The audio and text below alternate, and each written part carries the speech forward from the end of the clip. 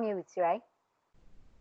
Oh, we can Yeah, see. so you have to say something then.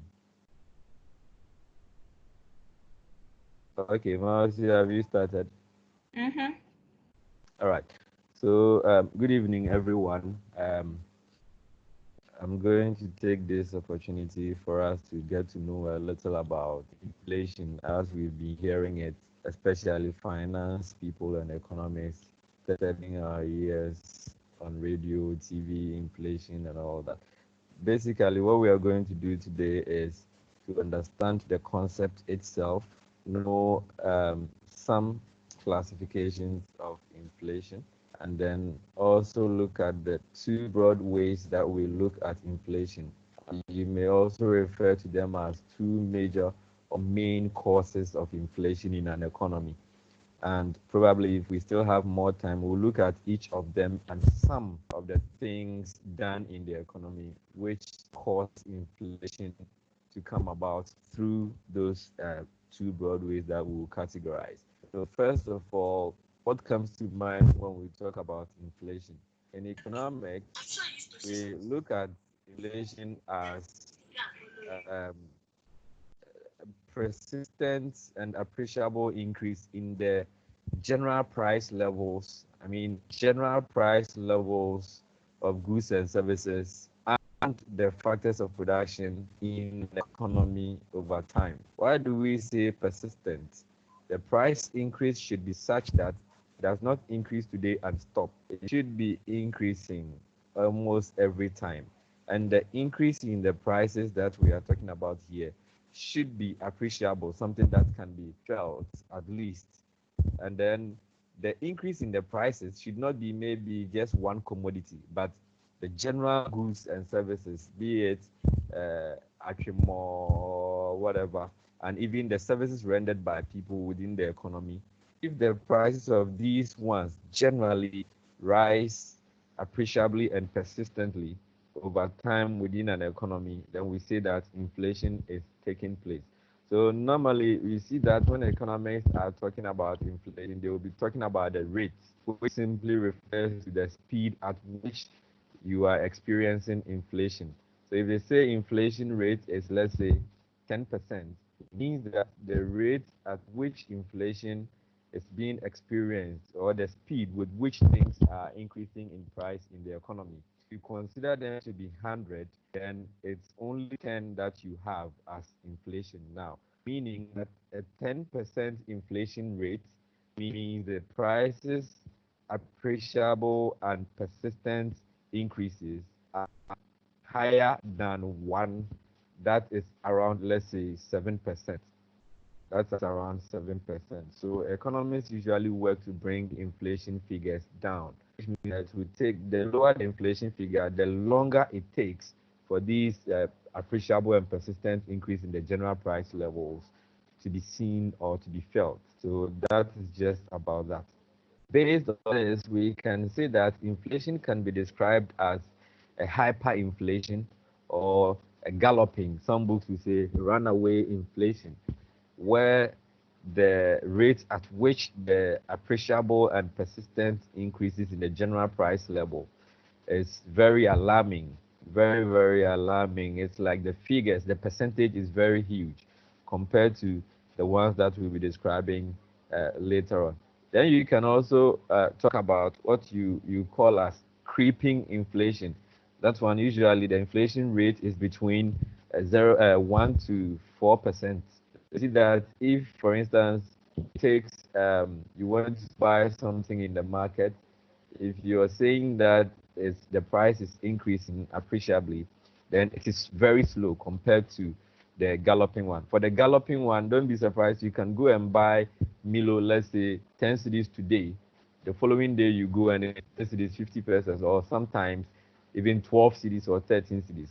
That is what we call the runaway inflation. And that is usually catastrophe, the catastrophe it brings in an economy, especially management at the macroeconomic level is very huge compared to the creeping one. At least the creeping one is what everyone would wish for, especially producers, because no one would want to produce items at the same price over a period of time. They may want it to increase so that their profit margins may also increase a bit, but not to the extent where it can collapse the economy. So usually, even though it is not something that they pray for, they also don't wish it away, especially the creeping or the moderate one is desirable. Then you can also have the suppressed inflation. Don't forget that we look at the rate at which the inflation occurs before we give them this classification, whether it is creeping, whether it is suppressed. So this type of inflation, the suppressed one, for instance, the prices are rising and is within some sort of, in quotes, reasonable rates, and the effects can be controlled or minimized if the government so desires through probably the use of price control, which is when the government set out how much a particular commodity should be sold or be bought. Okay. I hope you follow the slides. Is it changing? Yes, Because please. I have a feedback the slide is not changing. It changed, It but wasn't has initially, stopped. but now it's changing. Okay, I think it's because of the internet speed, and my machine, I must admit, is also very slow. Okay, so if it is, then we can move on now. Now we look at the causes of inflation in an economy. Most of the time, before an economy will start experiencing some form of undesirable inflation, it may be from two angles. And these are what we refer to as the demand angle and then the cost angle. The demand angle happens because almost all earnings within an economy are spent on certain goods and services. Your income, you use it to buy maybe electricity service or telecommunication service, use it to buy food, television, and all that. All these are products, and at every point in time, there are quantities of this product available that should match the demand within the economy. So if you have a situation where people want more of these items because they have a lot of money in their pockets, but the quantities of these items, that is the goods and services within the economy, is smaller than the demand. What it means is that those who sell it may push their price up because at this point it is in short demand, as we may say it literally. So it explains why sometimes when you are late and you get to the station, maybe late in the night, and there's a last car, they may, instead of 1 cedi, they may charge you 1 cedi 50 pesos because the number of people who want to board the car, that is the demand for the car, and the number of the cars present to give you the services, the quantities available at the time, the people are more. So this pulls the price up. And that is why we refer to this cause of price, general price increase, as demand pull inflation. The demand pull inflation. The other aspect that can bring inflation in an economy is that we all acknowledge that all the goods and services within the economy are produced by certain people. We call them producers. Now, these producers also buy cost of production, let's say input that they use to produce their items. So if we acknowledge that people go into businesses to make profit or to make money, then it means that if the input that they use to produce all these items that eventually they sell to us, the prices of such inputs increase, then the items that they used to produce will also have to increase their prices.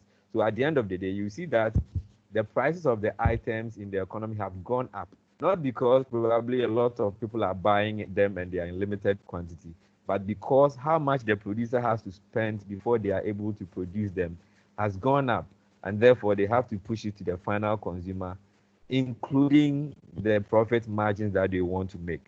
So you realize that from this discussion, inflation in an economy can come from higher demand without correspondent increase in productivity, or higher cost of inputs of production. So that is what we basically refer to them as causes of inflation. Causes of inflation. So what do we mean by demand pull inflation? Demand pull inflation, as I explained earlier, it is just a persistent and appreciable increase in the general price levels of goods in the system.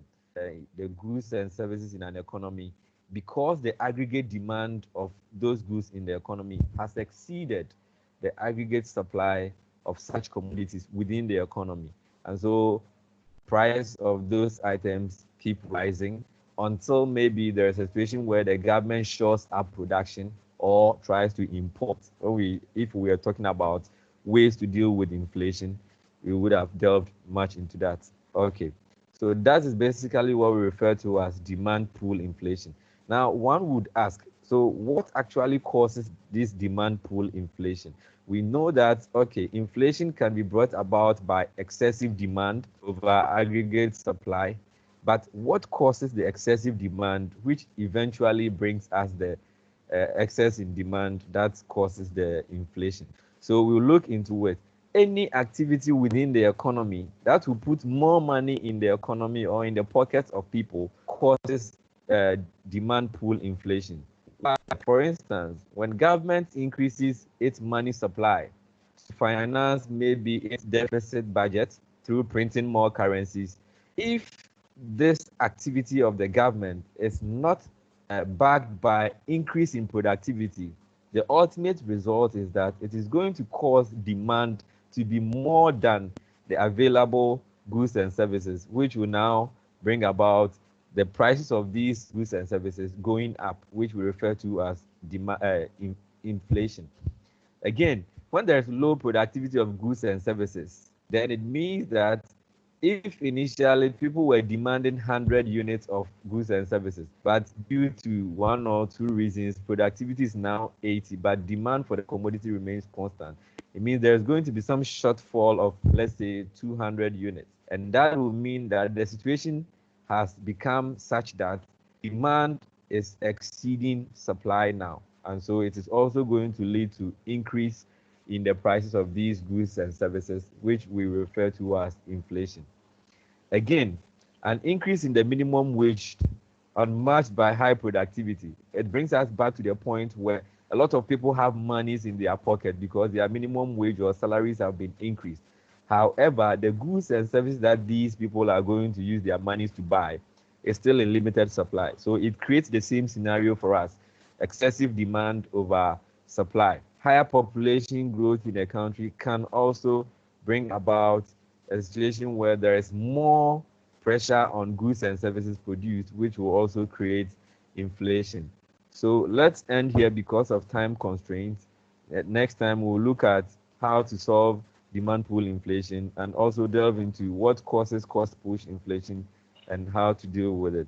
So we'll end the lesson here, and I'm hoping that you have been able to understand what we mean by inflation as a concept, and also some ways we can classify inflation, as well as the two major causes of inflation, what we mean by demand pull inflation, and also causes of demand pull inflation. So we'll end the class here and invite questions. That is those who want to know more.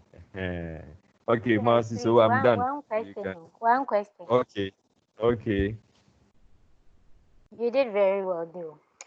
But Yeah. I like to know, is it always the case that inflation is caused by an upsurge in demand? No, I think I enumerated two angles. One is caused by upsurge in demand, and the other is caused by upsurge in the cost of the input of production. Yeah. Well, I'm asking because I know people have the notion that it is always when demand is on the higher side that is what results in inflation. But sometimes too, supply could also generate Go down. Yeah. Yes. Maybe demand is constant, it hasn't changed, right? But supply has fallen. Is that not so? Yeah. So in economics, we mean supply to, we equate it with productivity. You understand? So low productivity, you raise that point as low productivity of goods as a result of lack of input or poor weather and all that. So ultimately, that will bring about a situation where the demand for the commodities are still more than the supply, even though demand has not changed, but supply has rather gone down. Okay, so looking at it from this angle, that people have more money in their pockets than they can use. You know, No, they can another ask for instance, money. We can always use it. They you have can more always money use in it, their but you know that pockets. when you have more money in your pocket, it influences what you know, And what. the more money you have, the more things you buy. You But understand? money can also influence the choice of what you want to get and the services you want and what you don't want. And if it's Yeah, not there, yeah. But ultimately, the choice and of services or goods that you would want to purchase falls within the same economy. And this one looks at the aggregate demand for goods and services. In other words, the general demand for goods and services, not your demand for a particular commodity in the economy. okay. If the Okay. moment you situate it with one commodity, then you are not talking about inflation. You are talking about maybe a price surge in one particular commodity. Inflation deals with the entire price levels within the economy.